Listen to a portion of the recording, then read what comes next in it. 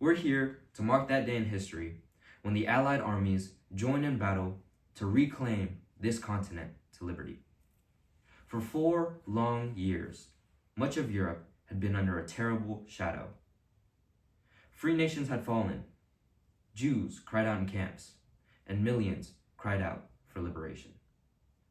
Europe was enslaved, and the world prayed for its rescue.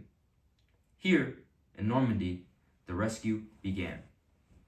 Here, the Allies stood and fought against tyranny in a giant undertaking unparalleled in human history.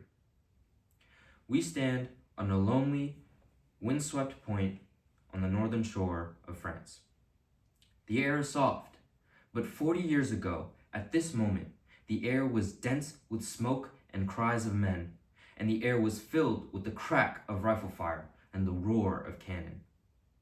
At dawn on the morning of the 6th of June, 1944, 225 Rangers jumped off the British landing craft and ran to the bottom of these cliffs.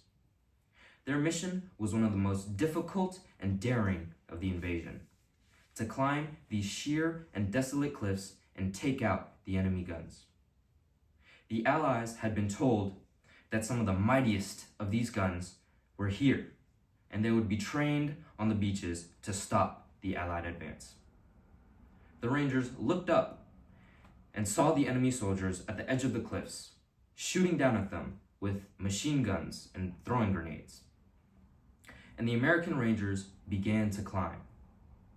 They shot rope ladders over the face of these cliffs and began to pull themselves up. When one Ranger fell, another would take his place. When one rope was cut, a Ranger would grab another and begin his climb again. They climbed, shot back, and held their footing. Soon, one by one, the Rangers pulled themselves over the top, and in seizing the firm land at the top of these cliffs, they began to seize back the continent of Europe. 225 came here. After 2 days of fighting, only 90 could still bear arms. Thank you.